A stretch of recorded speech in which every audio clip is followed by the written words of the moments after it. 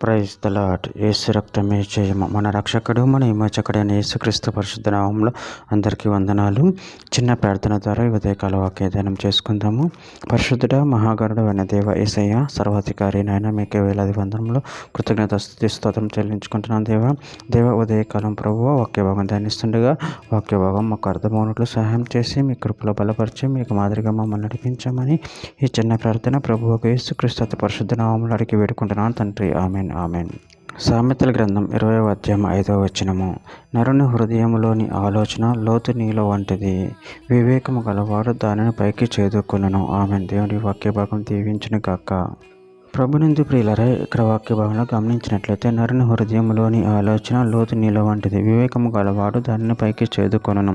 అదేవిధంగా వాక్య భాగంలో గమనించినట్లయితే కొరింథీయులకు రాసిన మొదటి పత్రిక 2వ అధ్యాయం 11వ వచనంలో, ఒక మనిషిని సంగతులు అతనిలోనున్న మనుషాత్మికకే గాని మనుషులలో మరి ఎవరికి తెలియను, అలాగే దేవుని సంగతులు దేవుని ఆత్మకే కానీ మరి ఎవరికి తెలియవు. సామెతల గ్రంథం 18వ అధ్యాయం 4వ వచనం, మనిషిని నోటి మాటలు లోతు నీటి వంటివి, అవి నదీ ప్రవాహము వంటివి, జ్ఞానపు ఊట వంటివి. సామెతల గ్రంథం 14వ అధ్యాయం 10వ వచనం, ఎవరి దుఃఖం అని హృదయమునికే తెలియను, ఒకని సంతోషములో అన్యుడు పాలువాడు కానేరడు.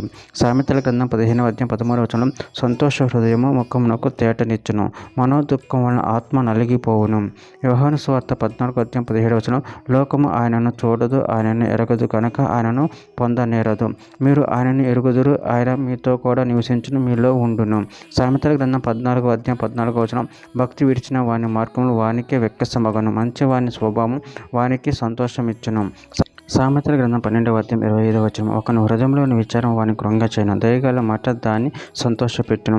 ప్రకటన గ్రంథం 2వ అధ్యాయం 17వ వచనం, సంఘములతో ఆత్మ చెప్పుచున్న మాట చెవి గలవాడు వినును కాక, జయించు వానికి మరికి ఉన్న మన్నాను భుజింపనిత్తును, మరియు అతనికి తెల్ల రాతినిత్తును, ఆ రాతి మీద చెక్కబడిన యొక్క క్రొత్త పేరుండును, పొందిన వానికే కానీ అది మరి ఎవరికి తెలియదు. కీర్తన గ్రంథం 25వ అధ్యాయం 14వ వచనం, యెహోవా మర్మం ఆయన యందు భయభక్తులు గల వారికి తెలిసి ఉన్నది, ఆయన తన నిబంధన వారికి తెలియచేయును.